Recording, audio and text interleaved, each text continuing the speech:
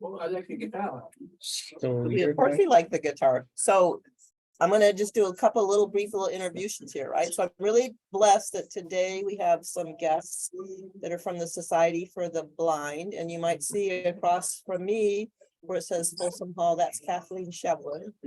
And she's the program manager. I think that's her title. She'll tell you more about what she does. And these guys are in charge, so I don't know what they have an agenda for what they want to do. And sitting here in front of the other laptop is Doug, who's with the guitar. So if he just sits and plays music for a half an hour, I think we'd probably be okay with that. Anything with music and guitar is fine. But I think he wants to tell us a little bit We too have a about. lot to share, yeah. So Doug, do you want to start? How do we want to do this? Well, let me go ahead and just introduce who we are. We are here to talk about a very important program called. We can hardly hear you. I could hardly hear you. Do I talk louder perhaps? Do you hear me now? Oh, Paul, turn Louder. that off. Ugh. Okay. Better. Oh, okay. Let's scoot in a little bit. And now does everybody hear me? Yes, I'm Kathleen. I'm here with Doug today to talk about a program called the Senior Impact Project. This is a program sponsored by Society for the Blind, which is a full service rehabilitation center for folks who are blind or visually impaired. The agency itself serves about 27 counties in Northern California.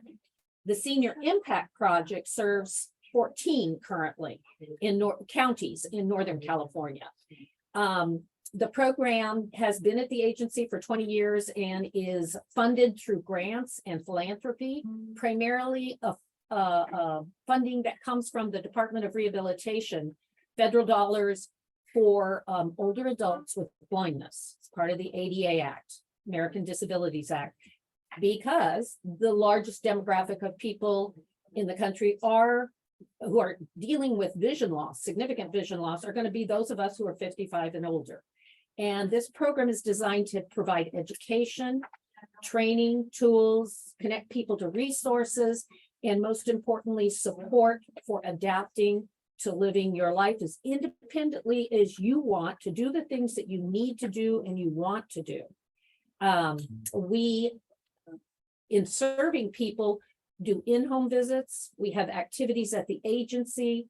We go on the road frequently with 14 counties. So we're doing workshops and seminars in places from Mendocino to Mono County and lots of places in between.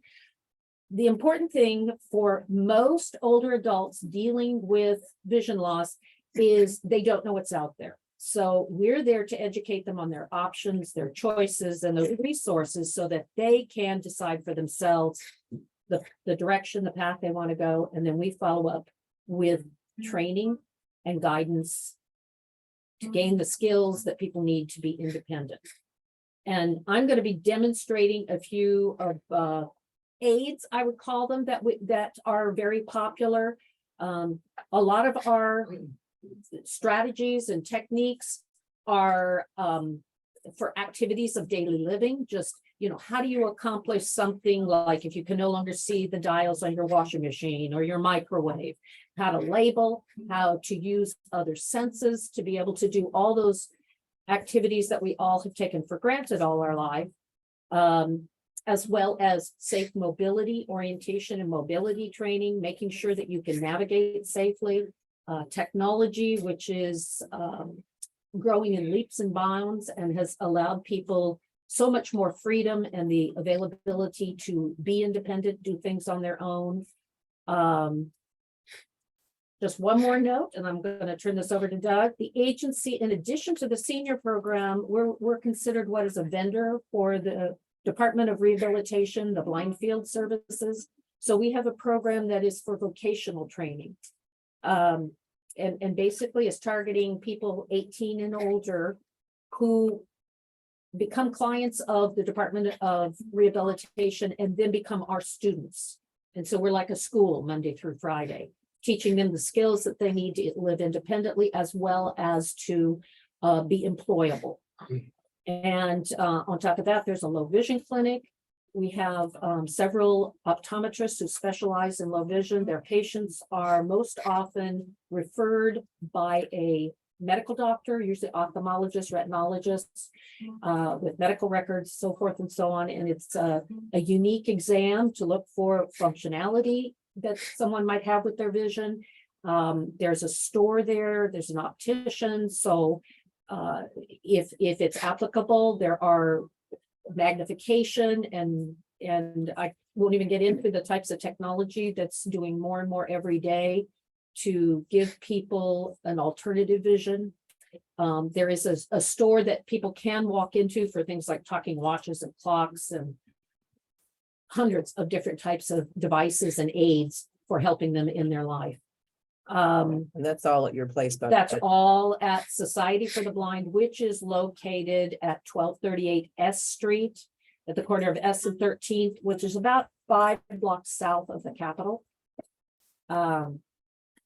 If I'm covering everything, we collaborate with all kinds of government agencies as well as private agencies with the 4 healthcare systems, making sure that when someone is diagnosed with vision loss, that they know that we are here and that there are resources in our community as well as in the greater state and nationally that can help make a big difference in someone's lives.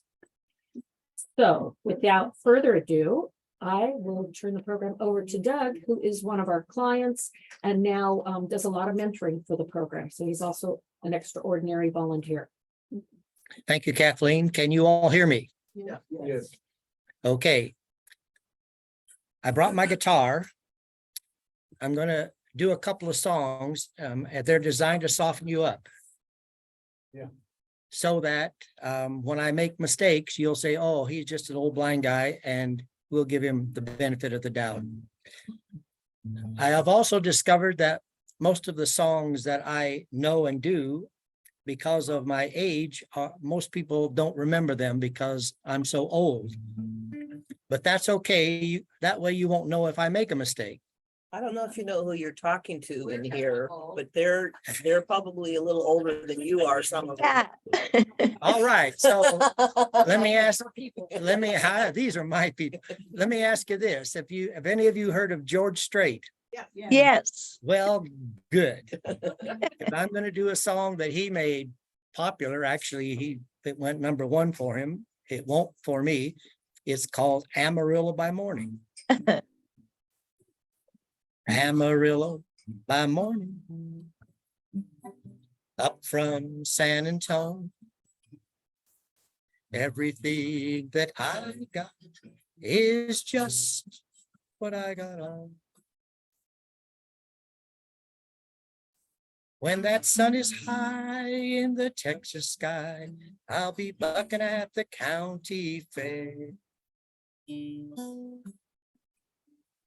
Amarillo by morning, Amarillo, I'll be there. They took my saddle in Houston, broke my leg in Santa Fe, lost my wife and a girlfriend somewhere along the way. When they pull the gate, I'll be looking for aid and hoping that the judge ain't blind. Amarillo by morning, Amarillo is on my mind. Amarillo by morning, up from San Antonio. Everything that I got is just what I got on. I ain't got a dime, but what I got is, I ain't rich, but Lord, I'm free. Amarillo by morning, Amarillo is where I'll be. Amarillo by morning, Amarillo is where I'll be.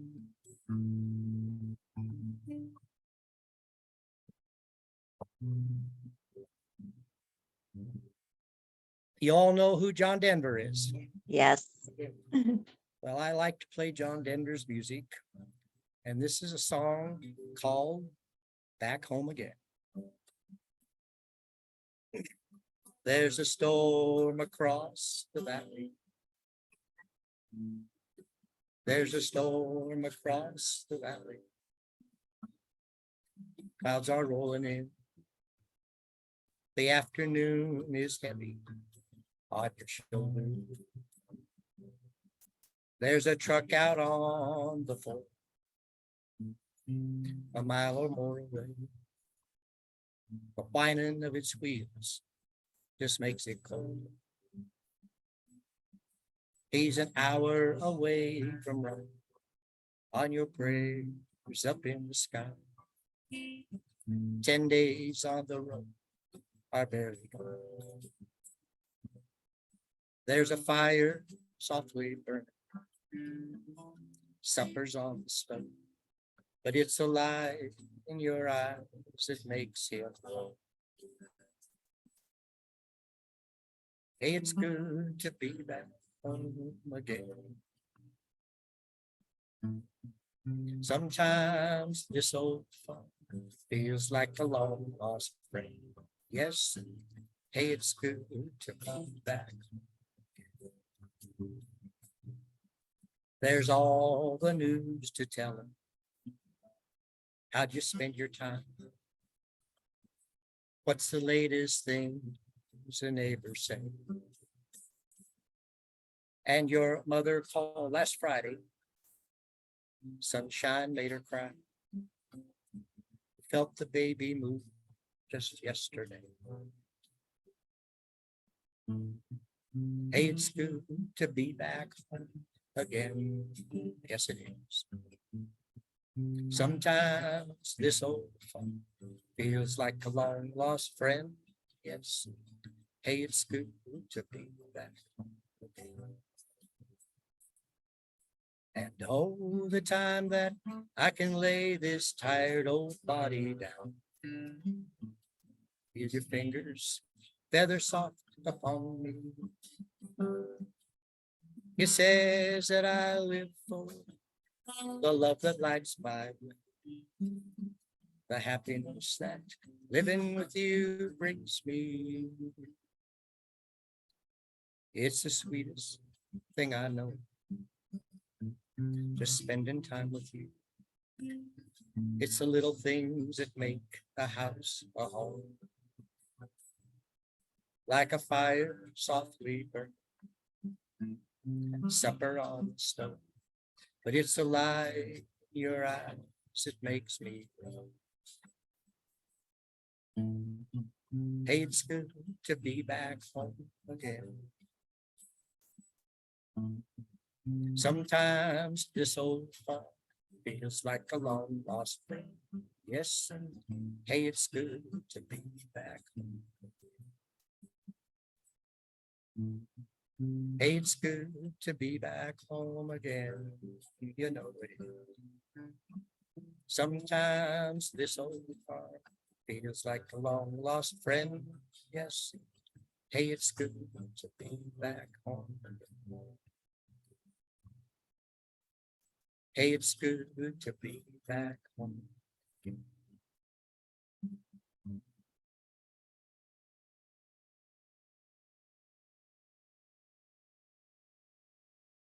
I torture people every once in a while, as often as I can.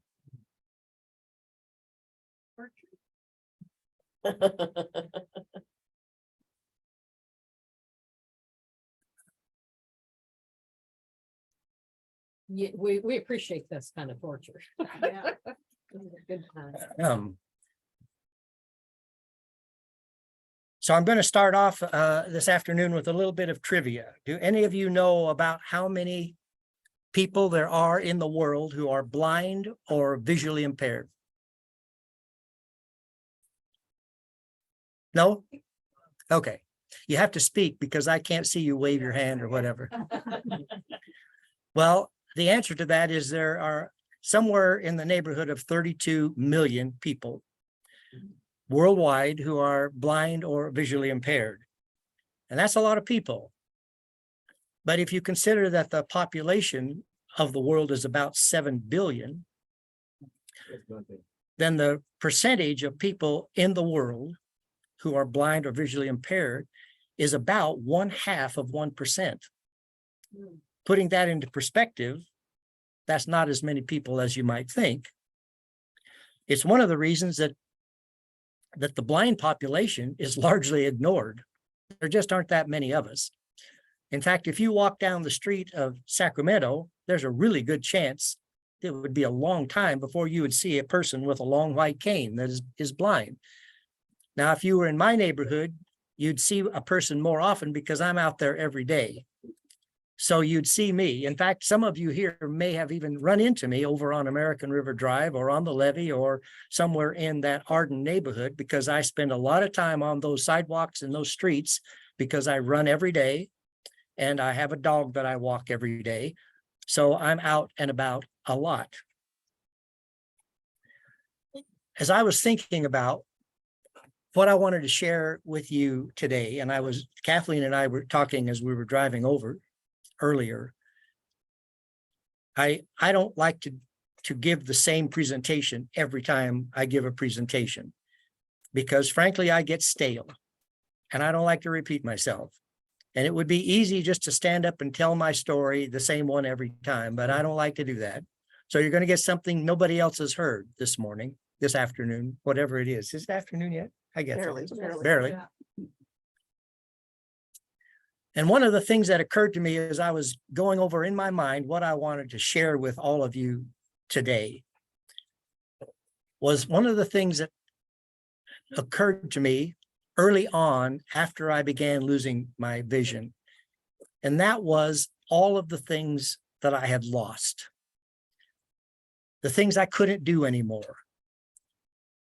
And unfortunately, I spent too much time dwelling on those things. One of the obvious things is driving. I had to quit driving. And the work I did, I was a contractor here in Sacramento, and the work I did depended on being able to drive a truck, pickup, and it also depended on being able to use tools that are sometimes rather sharp. And you don't want to do that if you can't see, because then people start calling you stubby. Something else that I felt like I had lost was faces. You know, when we look at people, when we meet people, we can tell a lot about them by looking at their face, can't we? I mean, if you look at my face, you can see, but I can't see your face. So if we look at a person's face, we can tell if they're happy often or sad, or if they're depressed, or if they're devious or sneaky. And I don't have that privilege. I don't have that right anymore because I don't see people's faces. I sometimes only see shadows or outlines, and you can't tell much about a person from an outline. I suppose you could tell if they were really big, but we can't talk about that, can we? But I can't tell much about people from looking at them. Something else that I felt like I had lost. I used to live in Sun Valley, Idaho. Has that, you know, where have any heard of Ketchum, Idaho? Yeah, well, I lived there for 8 years. I was a carpenter, worked for a contractor. One of the things my wife and I enjoyed very much doing, because we were out, away from city lights. If you drove 20 miles out in the country away from Ketchum on a dark night, you could look up into the sky and see the Milky Way. Idaho is a beautiful state. And one of the things is that the Milky Way just spreads itself across the sky. It's white, and you can't even see individual stars. Some of you may have been able to see something like that. One night we went out, we took a spotting scope, and we found Mercury and Venus and Mars and Jupiter and Saturn. The rings of Saturn were amazing. And then we focused in on the moon. And through a spotting scope, the craters that are on the moon were right in your lap.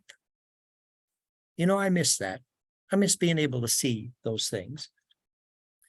But along with all of the things that I lost, which I found that I couldn't dwell on, I found that I had gained a whole world of things that I had really never thought about too much before.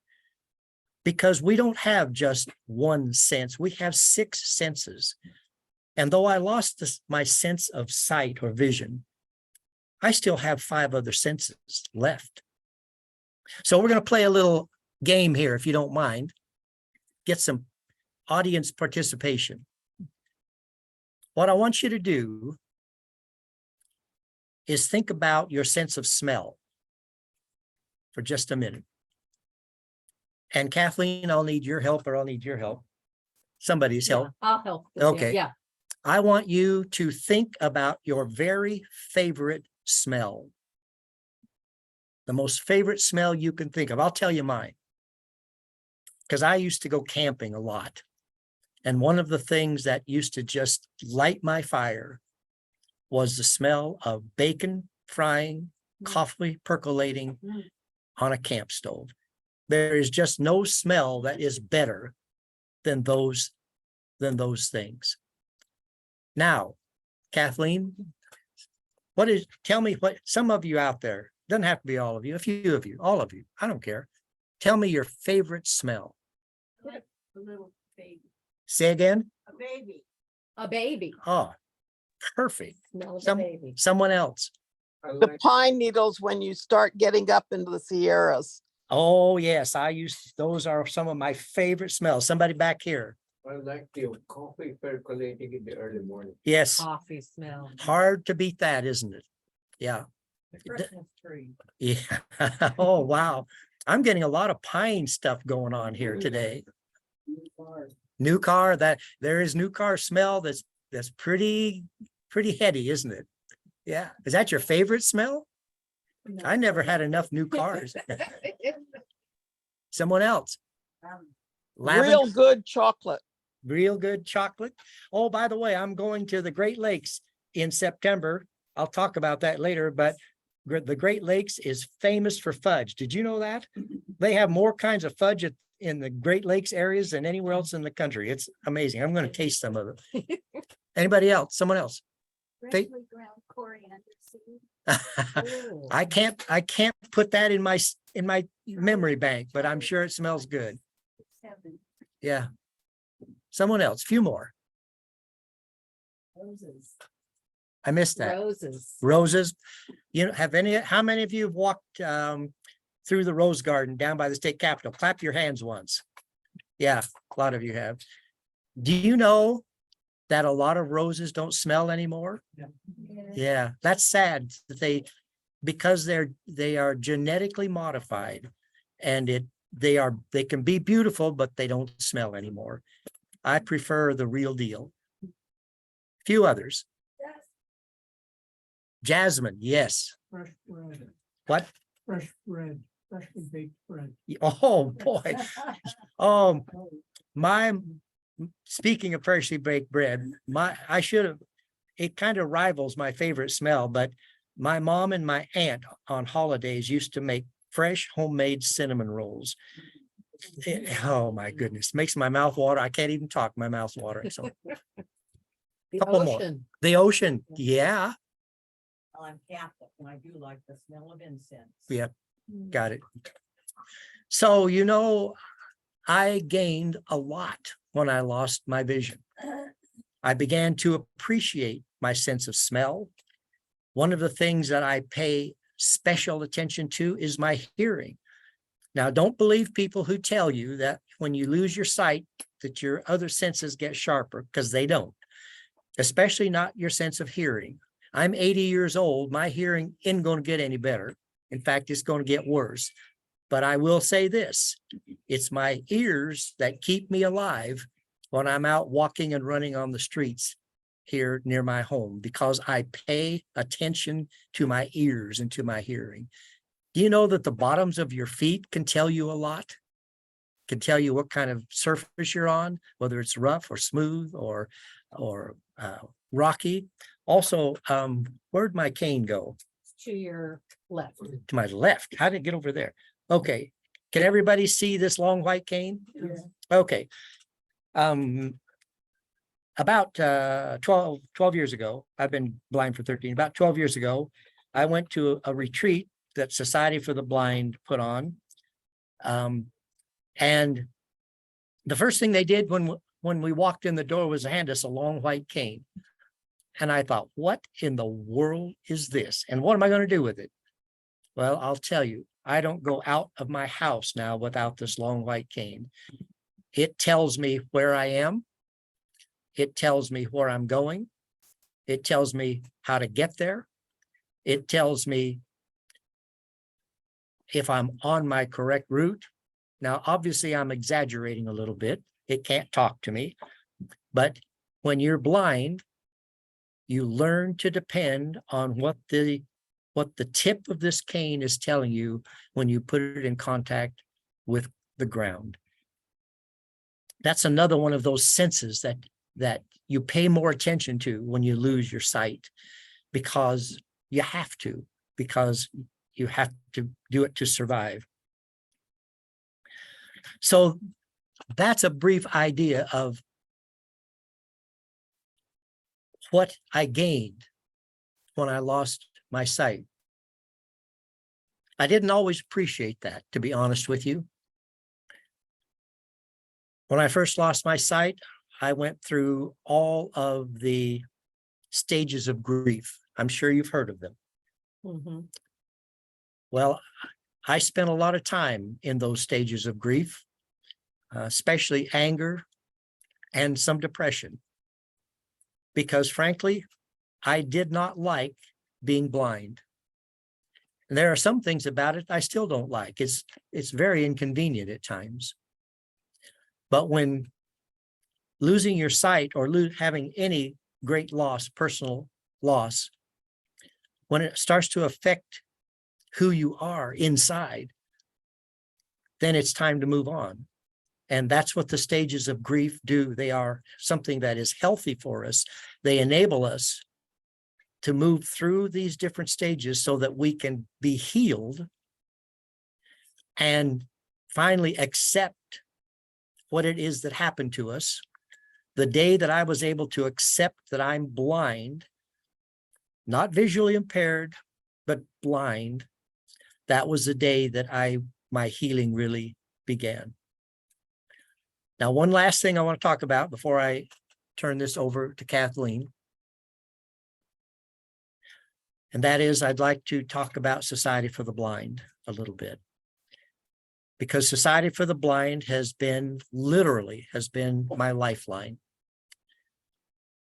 When I lost my sight, when the doctors told me, Mr. Money, you're going to lose your vision. If there's anything you want to see, you better go see it because you're going to be blind. My vision has gradually disappeared over the years, gradually gotten less and less and less. Oh, let me do a little postscript here. My vision loss is not ordinary. During my life, I didn't do very many things ordinary. I have good eyes. My eyes see just fine, but I have what is known as optic neuropathy. My optic nerves are dying. The rest of my body just didn't get the memo. So it stayed alive, but my optic nerves are dying. So what my eyes see, which is what they've seen my whole life, doesn't get transmitted to my brain.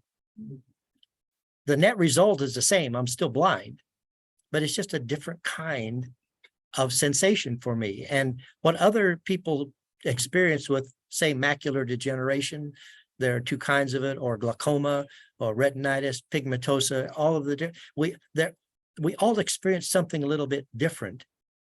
And this is, I can't compare it with anyone else's, but it is my blindness and I own it. So after I was able to understand that I'm going to lose my sight and it wasn't my fault and there's nothing I can do about it, I was able through the website to locate Society for the Blind, and this was 12 years ago. I've been blind 13 years. Took a year of depression and anger and all that stuff to get over it. I went to a retreat. What they call a retreat. That one was 5 days of intensive work. We were picked up in the morning. We were taken to Society for the Blind. We stayed there all day, came back at about 3 or 4 in the afternoon. And what they did there, and this is important for anyone in this room who knows someone who is blind or who may have blindness in your future. And I wouldn't wish it on anyone, but I also know that life has no guarantees. Society for the Blind was my lifeline. They taught me the skills I would need to be independent. They gave me the tools, not wrenches and screwdrivers, but tools that I could use to be independent. Example, using the long white cane. I have literally spent hours in what we call orientation and mobility, or cane travel. They taught to do something as simple as organizing the money in my wallet, what little I have, so that I know where it is. If I go to a store to buy something and I need a $20 bill, I know exactly where that $20 bill is because I put it there. Something as simple as getting toothpaste from the tube into your mouth. I don't know how many times, because I was used to, you squeeze it onto your toothbrush, right? Well, when you're blind, because my toothpaste ended up in the sink. Well, I learned something really simple. You just put the tube in your mouth, squeeze, and you get what you want out. Now, nobody else wants to use that tube of toothpaste, so that's an added perk. But simple things like that, how to sew a button on, how to sort your clothes so that you don't wear the wrong colors. Now, I'm a guy, so I don't pay that much attention to it anyway, but I come pretty close to what I want to do. But that's what Society for the Blind has done for me. And then additionally, what they have done is they've given me the opportunity to give back.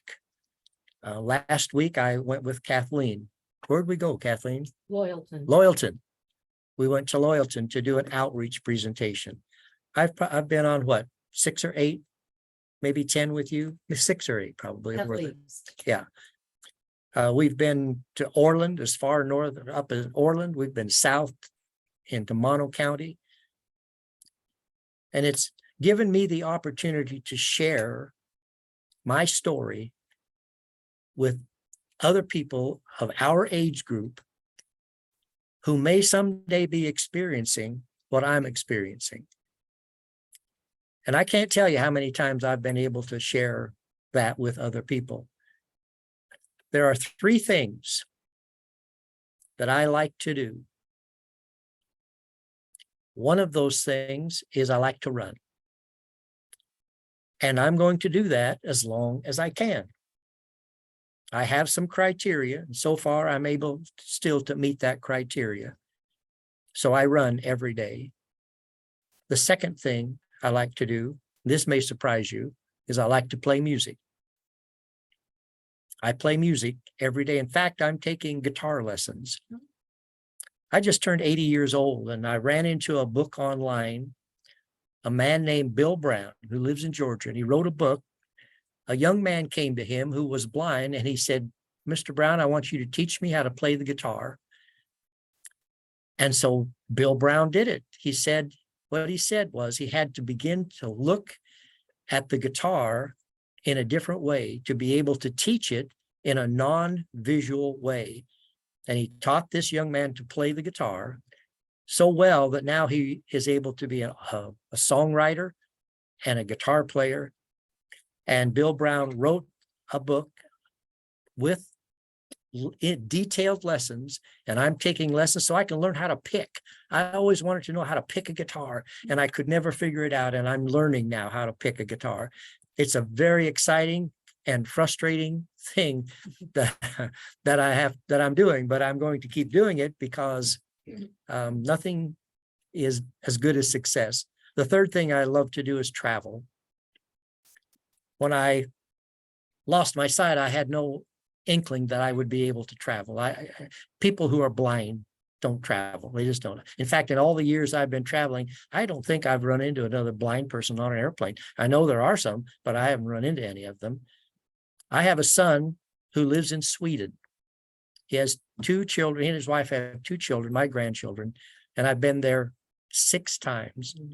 And I'm not going this year, but I'm going back next year, because I don't want them to have graduated from high school. You know, they're only 8 years old, but they're going to graduate from high school in a couple of years. You know how fast that goes. I want to be able to maintain contact with them. I also have relatives and friends in Idaho, and I spend a lot of time in Idaho where I grew up. And I have a son who lives in Southern California. He has a wife and a daughter, my granddaughter. I go there as often as I can because I love to travel. As Kathleen mentioned earlier, the American Disabilities Act has provided for blind people in airports. They are required to provide meet and assist people from the ticket counter all the way to my gate. They take me through security. I get to go to the front of the line. One of the perks about being blind in international travel is they take me to the front of the line in customs. I love that. Don't try to fake it though, it won't work. But and then of course, you know, after you get past 75, you don't have to take your shoes off anymore. So it's all good. I love to run, I love to play music, and I love to travel. I'm going to keep doing those things for as long as I possibly can. And I'm going to be able to meet people. One of the joys of flying is that I've been able to meet a lot of people in that seat next to you. They're captive audience, by the way. They can't leave. We're going to go. And we get to talk. I've been able to share my faith. I've been able to share my story. I have people who ask me all kinds of questions, and I'm able to share with them when I'm on an airplane. You're like an ambassador.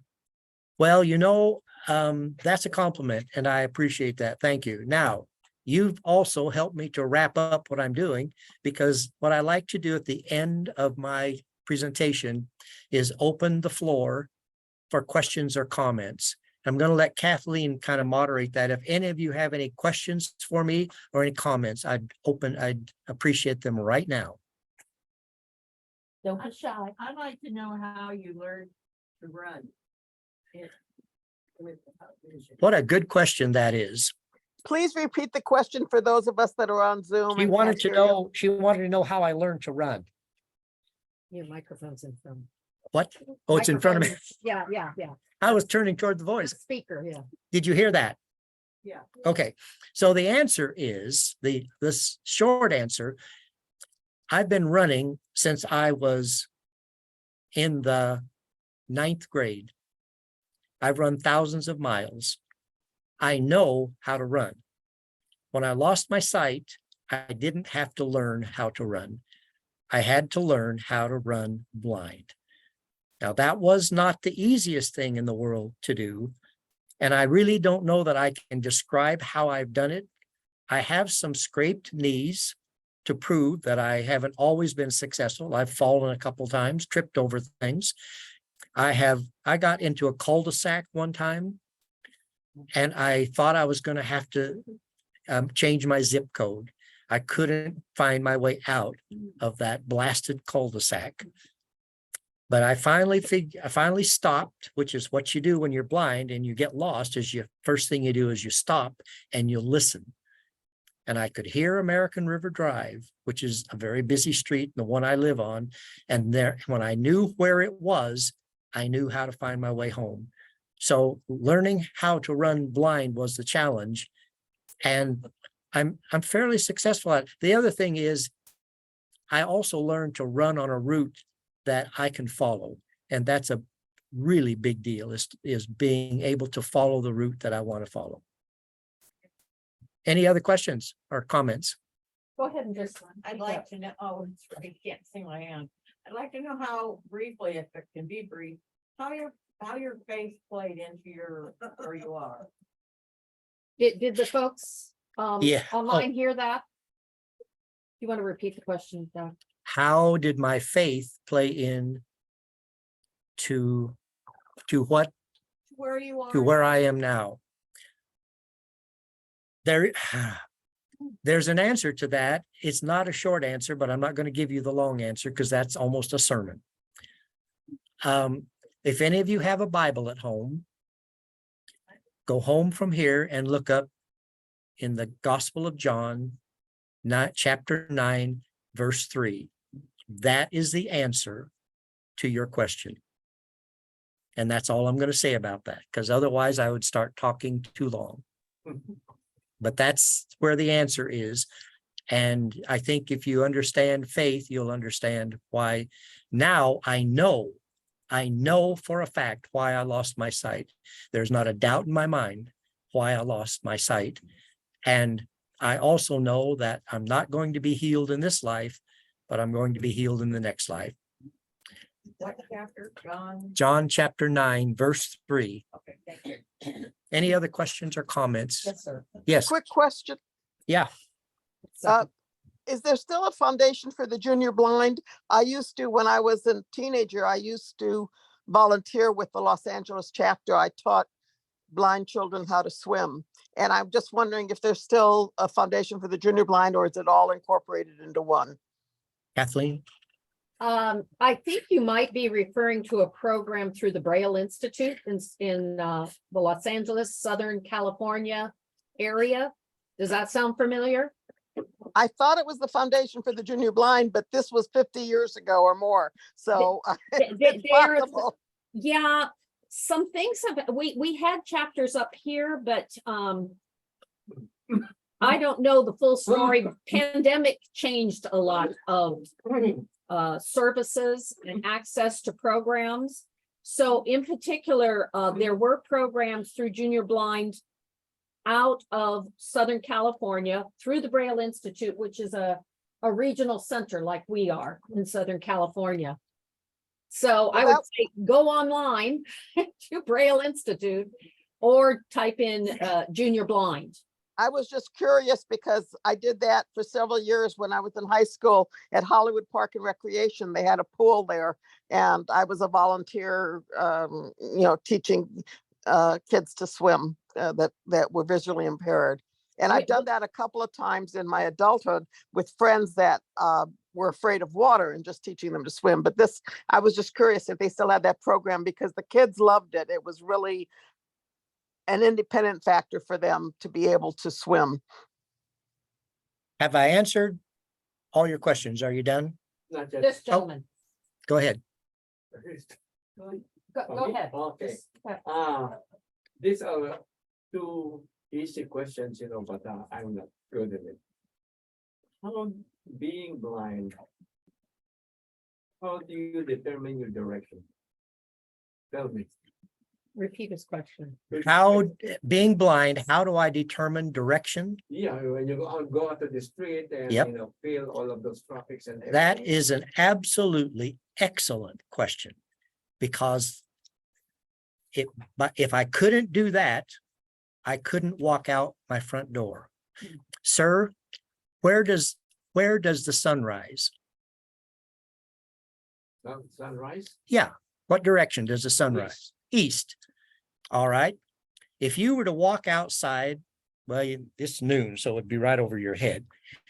When I go outside in the morning to run, the sun is right in my eyes. I know I'm going east. When I turn around and go the other way, the sun is on my back and it warms my back. I know I'm going west. I know that I have to orient myself. If I'm facing west, then to my left is south and to my right is north. So blind people aren't able to use the same kind of reference points that people who can see use. So we have to use other reference points. I mentioned earlier about traffic. I know where American River Drive is always in reference to where I am. So you could blindfold me, hit me on the head and drop me on the street. And when I woke up, I could find American River Drive unless it was an early Sunday morning or Christmas morning when there's no traffic. But if there's traffic, I can find American River Drive, and that's almost all the time. What's another reference point I use? Anyway, does that answer your question, sir? You want to mention something about GPS and. About what? GPS devices that can also help Well, people to orient. My phone has an app on it called Where Am I? And I can do a double tap on that app. And my iPhone, my smartphone will tell me if I get hopelessly lost, my smartphone will tell me where I am, and it'll also help me to find my way home. So that's one of the devices. I have never had to use that device, but I am going to Detroit in September on that Great Lakes trip. And if I get separated from my cousin and her husband, you better believe I'm going to find out where I am on my smartphone and find a way to find them. So there are a lot of different methods, strategies we use not to get lost. And the few times I have gotten confused, I've been able to find my way out. And here's another strategy that I've used. By pure accident, I got turned around one time and I found myself in the middle of a busy street. And I didn't know where I was exactly or how to get out of it. A person stopped their car, rolled their window down and said, "Sir, are you having problems?" And I said, "Yes, I am." And that woman got out of her car, took me by the arm and walked me over to the side of the street and said, "Now do you know where you are?" And I said, "Yes, thank you very much." I have been blessed to have come across a lot of people who are, I guess you'd call them good Samaritans, who've helped me out of jams. Now, part of that reason is that I go out a lot, so maybe I get into jams more than the ordinary blind person. But I will not be cowed by fear. And no matter what kind of a situation I've gotten into, one way or another, either through someone else's help or through my own just stumbling around, I've been able to get myself out of it. Any other thoughts or questions before I turn it over to Yeah, Kathleen? just one last question. Sure. Go ahead. Okay, when do you employ, okay, you have your stick with you to walk? Yes, So some it's a people, cane. It's my cane. I see they use animals to go with Yeah. them. So what, the animals also Well, tell the person for the direction, correct? most of the Like animals a that big are, dog, you know, yeah, a guide dog. And I would have that option. But there are a couple of reasons, there are several reasons that I have chosen not to go the route of a guide dog. Many people, there are those who are visually impaired or blind who do have guide dogs. Several of them are with Society for the Blind, and they like their dogs.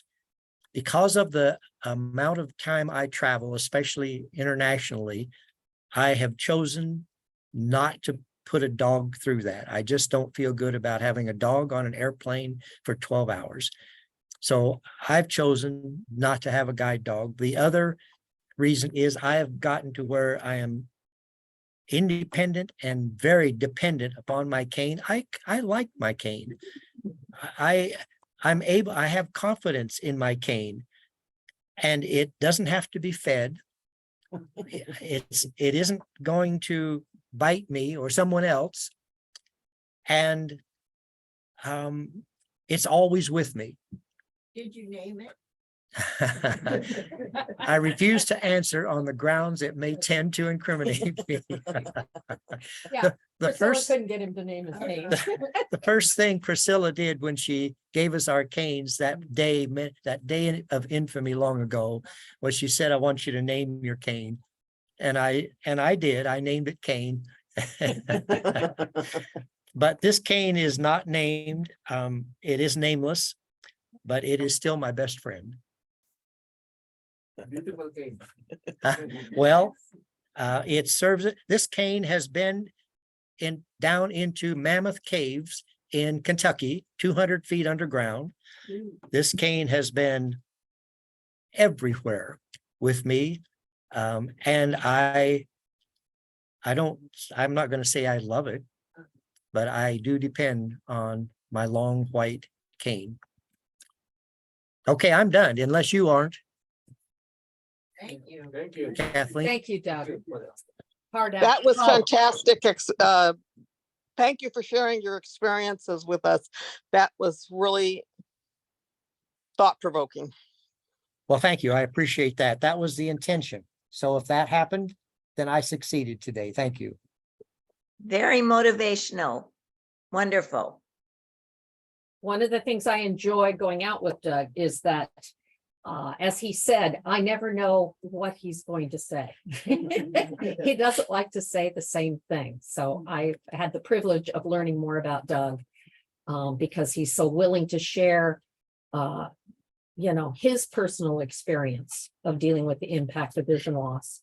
And I did want to mention as well, as far as guide dogs, we do get folks who are interested in a guide dog, but when they go to a reputable guide dog school, they want that person to have a great deal of orientation and mobility training, and that is learning to use that cane. Guide dogs are fantastically trained, but the brains between the partnership is with the person. So that guide dog technically is only as good as the handler. So the training has to come first for the person before they're even going to be accepted to be able to get a guide dog. So maybe 10 more minutes, is that? Okay. I was going to just share a little bit of some of the devices that we have promoted, and this is by no means all of them. One of the most popular and often sought after would be magnification. And yeah, you can see this there. This is a handheld magnifier, and it is a device that can enlarge. I don't quite know how to show how it operates unless I were to turn it that way. Is it the one you had the other day? Yeah, so I'm going to do it backwards. Oh, okay, because I can do it, but nobody could see it. So. You could play around with it. Okay, this is handheld. It's meaning it has a handle on the side of it, and it's a rectangle, maybe about 3 by 6, 2.5 by 5, something like that. So it's light. It's something that can be transported easily. And of course, it's going to depend on if you have the vision to be able to use it. It does, let's see, this side. Okay, so it's got very simple, large buttons that are even tactile. So like the top button where I placed my finger on the side has a plus sign on it, and you can actually feel that plus sign, and that is to enlarge. And you can see down at the bottom the magnification, and I believe this goes pretty high. Anyway, maybe 22. That was 22. Magnification. I thought it even went higher than that. And of course, you can, the button below that, if you need to reduce the magnification. Another advantage is on the other side, and you can change the contrast. So now the contrast, I'll get some printed material and see if I can demo that backwards. Okay, so you can see, and again, you have to adjust the distance, and I may not do this real well backwards. But you can you can see now that I've got just the traditional black text on white, and then when I press. Oh, I'm pressing the wrong side because I'm going backwards. Here we go. So got to press the right button. Here we go. So now the text is, oh, I hit the button. The text is white text on a black background. And contrast can make a difference for a lot of folks. Let me see if I can bring another contrast color up. That's pretty clever. Okay, it's yellow. It's not really, when I'm looking up at the screen, it's not really coming through yellow. But again, Person.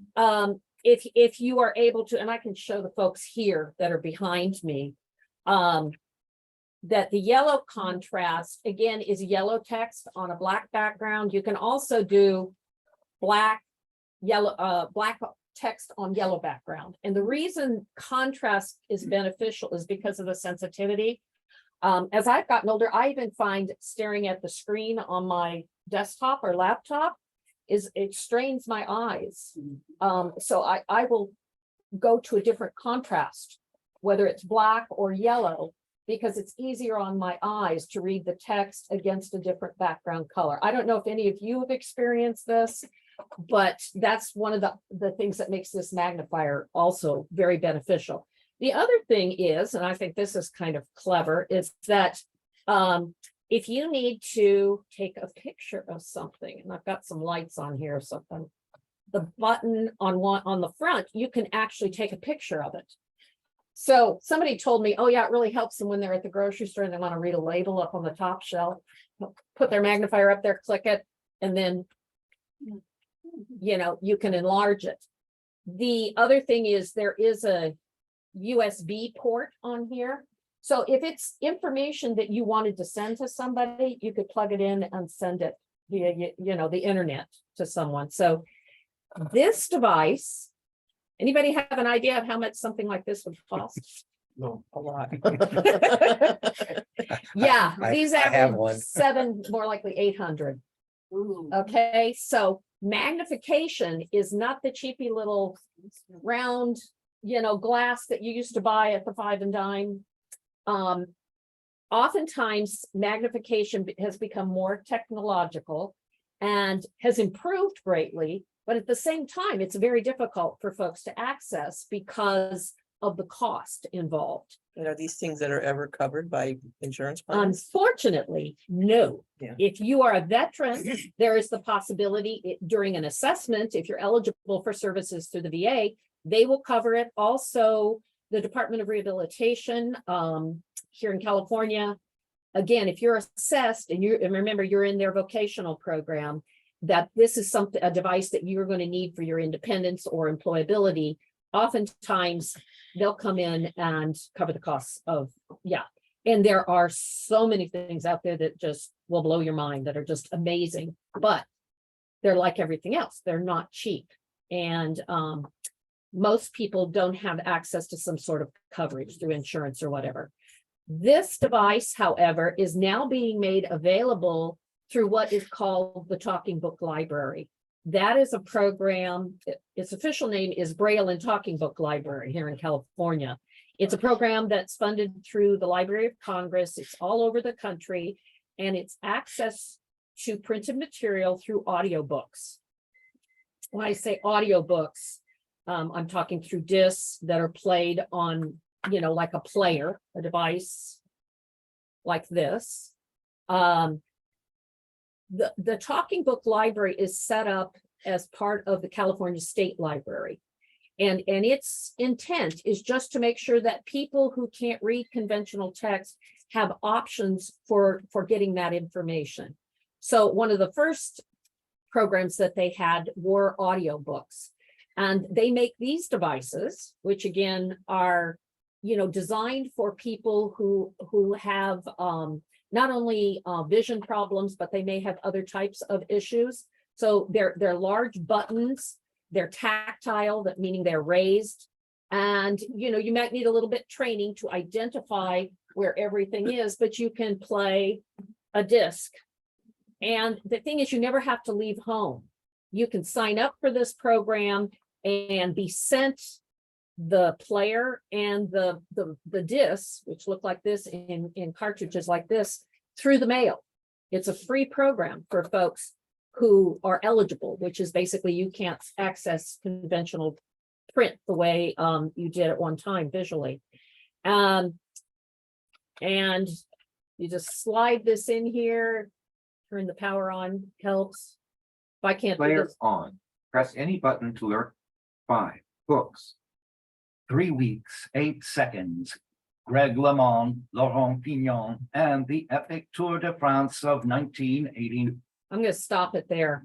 So actually just putting it in, it played. I didn't even have to press the play button, but the button on the front, you can stop it also. You can rewind or fast forward on it. It was reading how many books were on there. I don't know if y'all heard, it said 5 books. It started to read the titles. So, you know, it used to be you would get these cartridges in a much larger case and it'd have all these separate cassettes. But this is digital. So now they can put up to, you know, several books on a disc that you get from the Do you library. need an authority to refer you to enjoy that service, or can you just self-refer? You can go online. There is an application online, but you will have to have it signed by an authorized person, which could be a physician. It could be a therapist. Our instructors are authorized to sign off on it. So in other words, they want people who are eligible for the program. It's not that anybody can sign up for this program.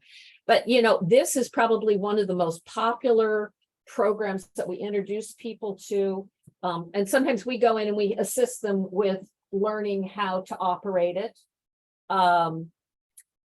Do they keep these discs or do they This send is them back? considered loaned. Now, as of like within the last year, the library, which had focused on this, and then Doug does this, a lot of folks are part of another part of that program. They call it BARD, and I can never remember what the acronym stands for, but it's the audio books downloaded onto a device, to a computer, onto a cell phone, you know, a pad, a smart pad, and you can then listen to your books.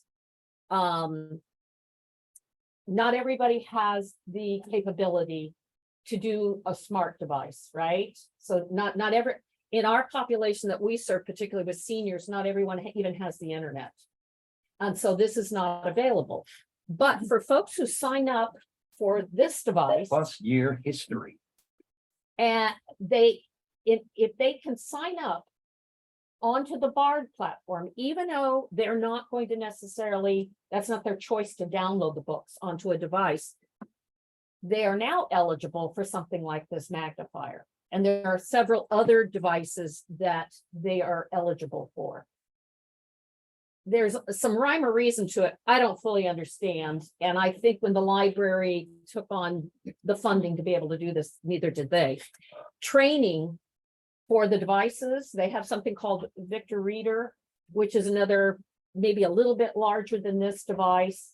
It's similar to a smartphone or device. You can record on there. So, you know, this is a digital recorder. Some of you might be familiar with these. Enable people to write and read through a Victor Stream. Very popular device. You can also download books onto it. But that device also has to be connected to the internet. So the library provided hotspots, Wi-Fi devices, so people without internet could connect to the internet. When you say library, are you talking about the Sacramento City Library? No. this- The California State Library runs this program up here in Northern California. In Southern California, I believe the program is run through the Braille Institute, which is a very large regional center. I'm going back and forth between the camera and the folks here. So this is a fantastic program, but for a lot of our clients who maybe aren't technologically oriented, but they really want the $800 magnifier if it's possible. Now, remember, this is a loaned program. So when the library, you know, you go through the application process and you're eligible for this, they're considering a 1-year loan to you. You know, how they're going to handle all that, manage it, I'm not quite sure, but and that's not meaning that you couldn't get a 2nd-year loan on it. Okay. So just means it's not yours. Yes, yes. So there's some hurdles, in other words, to be eligible or not even to be able to apply for the program. But nonetheless, we didn't have this program before. So this is a fantastic opportunity. So we are working with the library on our end to do the best we can to help figure out if somebody is capable of using this device or a Victor reader, and then providing them some training. The library does provide training. It's Zoom training on a Zoom platform, a video platform on the library site. Okay, but again, if you are someone who doesn't have the skills to do that, well, that's just not accessible, you know. It's so, you know, it involves a number of different steps for some folks. But, you know, if you are interested in knowing more about it, you can go just type in Braille and Talking Book Library. I do it so much, I just put BTBL, acronym for it, and it'll pop up on the page on the state library, the California State Library, all about this program and the things they have to offer. It is phenomenal what they do have to offer, but you also have to recognize not everybody's ready for everything that's offered. So a person who has vision loss can self-refer to the Society for the Blind. Absolutely. And then is there an evaluation made of their state of affairs? When someone is referred, whether it's them personally or someone else who's referring them, oftentimes actually that comes to me. And I do the little triage to try to figure out, you know, if we are what they want. I'll do the intake 5 minutes over the phone. This is a program you're not paying anything for. There's no insurance involved. You know, you're going to get out of it what you put into it. We will come out and do an evaluation, in-person evaluation, and we will give you the offerings of how to continue to pursue training through the program, which may be individualized training, but our grant also limits us to 6 hours of training. So we supplement that. We serve over 500 individual unduplicated persons per year, but we see them several times through the year. So, you know, and we're traveling as well. So we have workshops. We have learned since the pandemic to do a lot of remote interaction with people. One of the most popular things we did during the pandemic was to start a telephone support group. So because again, of the difficulties, not everybody could participate because they didn't have the internet or they didn't have the skill sets yet. This telephone program saw us through meeting with people 2 times a week throughout the pandemic. Already isolated because of blindness and other things that are going on as we get older. This was a lifeline for a lot of folks to be able to meet with their peer groups and instructors, to learn, to network, to share. Once we came back in person, we now are doing a lot more at the agency. So we've got cooking classes, we've got mobility classes, we have iPhone classes. We do more outings. Tomorrow, I know they're doing an activity for mobility where clients who signed up will meet at the agency and they're going to take a walk to a park nearby. And they're going to have individual instructors. We're doing this with the Asian Community Center, ACC, who has a program where they've trained volunteers for escort, so that older adults who want to get out, go to the store, go to the doctor, go for a walk in their neighborhood, you know, are supported by somebody who's had some training. So in particular for somebody who is visually impaired, they might have a cane with them and they might have a dog, and it's good for volunteers to know how to help, how to ask what that person needs, that kind of thing. So you train the volunteers?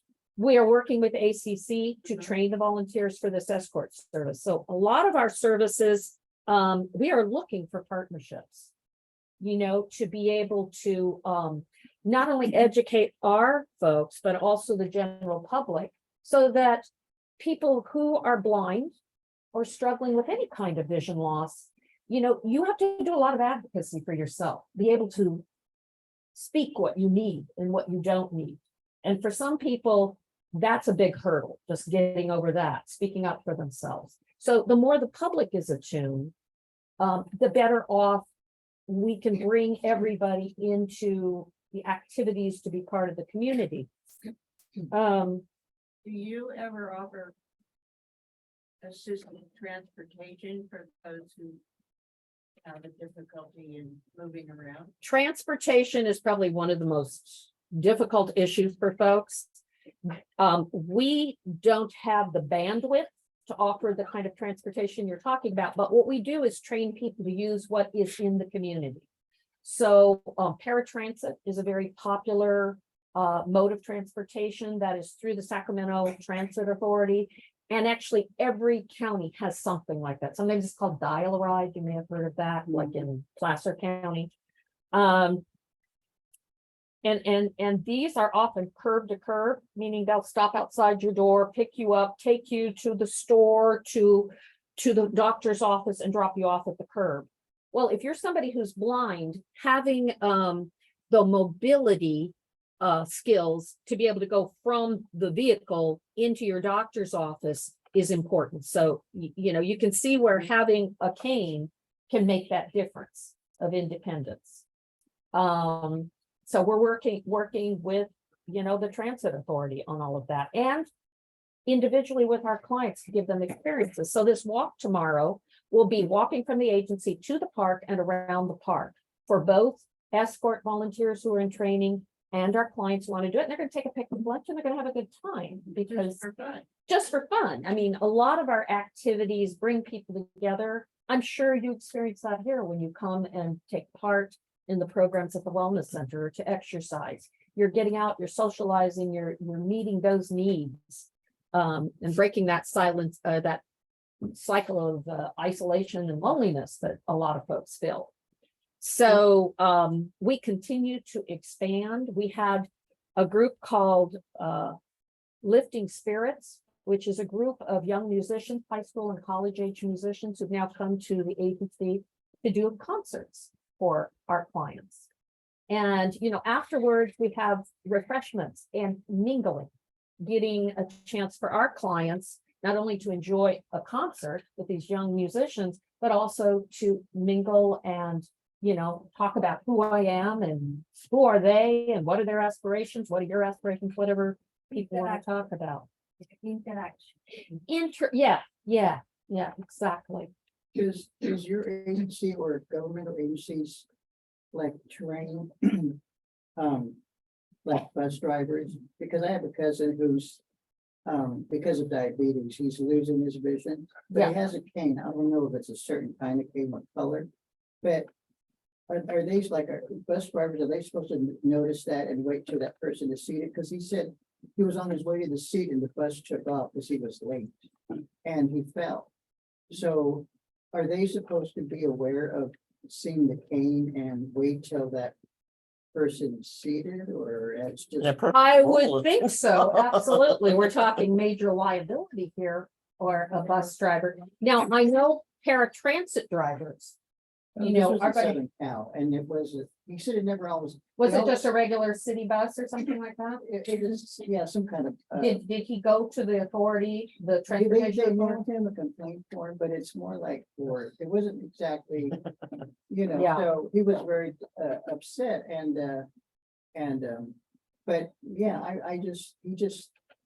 he said it was the only one driver, because he said normally they wait till he gets seated, but this one, he said it was behind schedule and took off, and he said he lost this, because he has a hard time balancing himself too. Well, 'cause absolutely. He's a below the knee amputee, so yeah. that, you know, that, and then, you know, so I didn't know if, in addition to the transit company or district, if there's like a governmental, because, you know, all they did was mail him a complaint and to fill out. But, and I don't think he wanted to sue or anything, just that they be aware that they should wait, till the person. is Sometimes seated. I think making, you know, advocacy is really difficult for folks, especially if it involves legalities like this. You know, to me, this verges on criminal. The driver. So, you know, and I can only speak for myself, is that I would want to go to an authority. In his instance, talking to the Braille Institute. Because they, like our agency, do have lawyers involved. I mean, because we are dealing with safety for our people, whether they are our clients or our instructors out in the community. To find out what his legal grounds are and what are his options. That's Might want to contact the Attorney General, the District Attorney. They usually have a person that specializes in ADA issues. Contact your city or county supervisor or council member. They usually have a staff person that deals with those issues. And if you make enough noise, they'll do something about it. And the important thing, folks, document. Write it down. Have someone write it down. Everything you can remember. Because the longer you wait, you know, harder to remember. Date, time, bus number, route, anything you can remember. And that will make a big difference. But I'm so sorry that happened to him. Yeah, he wasn't happy, and because he wasn't looking to sue or anything, he just said, hey, that driver. That guy shouldn't be a bus driver, obviously. Well, One of the things that I found doing is right after it happens, dictate to your phone and email to yourself and dictate all the details, bus number, driver name if you have it, corner where it happened, all those details. You don't have to do it perfectly. Get down all the facts you can, and then you can edit it as an email once you picked it up on your own email. But that way you don't have to find a pencil and paper or a scratch pad or whatever. He couldn't understand why he would be, because the bus runs every 15 minutes, so even if the guy was behind, there's a bus coming up. the point is, there's no excuse for what he Yeah, did. yeah. And fortunate in a way for both of them, he didn't seriously get injured. You know, but also sometimes you're not only doing this for yourself, but you're doing it for the next person. You know, it may be the bus authority, whoever they are, they need to look into who this driver is and make him accountable. Yeah, well, what was the issue real quick, and I'm done. You said, look it up, you can look it up on, you gave it Oh. BB, Oh, go, no, for the library. you said something about BDGL would be. That's for the Braille and Talking Book Library, but if this other issue, the Braille Institute is where I would call first. A caller mentioned the Attorney General. I think I would go to a blindness advocacy organization first. Just to find out. I was looking for what you said about the institute. Braille Institute. This is in Southern, I was looking for the library. oh, the library. Yeah. Try BTBL. Oh, And if that doesn't work, type the whole thing out, Braille and Talking Library. And that'll pop up. It's easier than just going to the state library website, because then you gotta go through that.